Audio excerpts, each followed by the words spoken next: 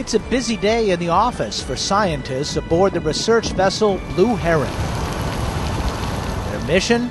Pull out all the stops to learn all they can about large lakes.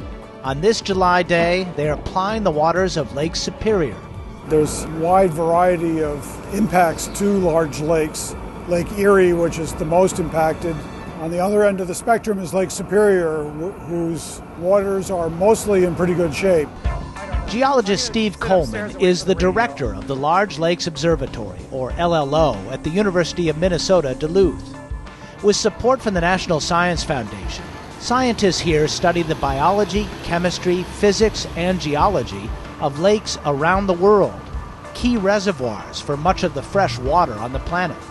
As I started doing work in Lake Superior, I came to realize that there had been very little done in the way of scientific study of these lakes beyond the biology of the fish.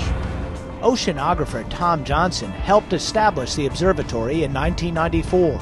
We see, for example, that Lake Superior is warming at a rate that surprises us. Using tools like this robotic glider, physicist Jay Austin is gathering data on the long-term response of Lake Superior to climate change. He also studies variations in ice cover.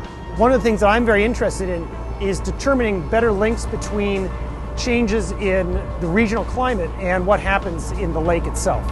And we can watch how the physics and the biology of the lake change over time.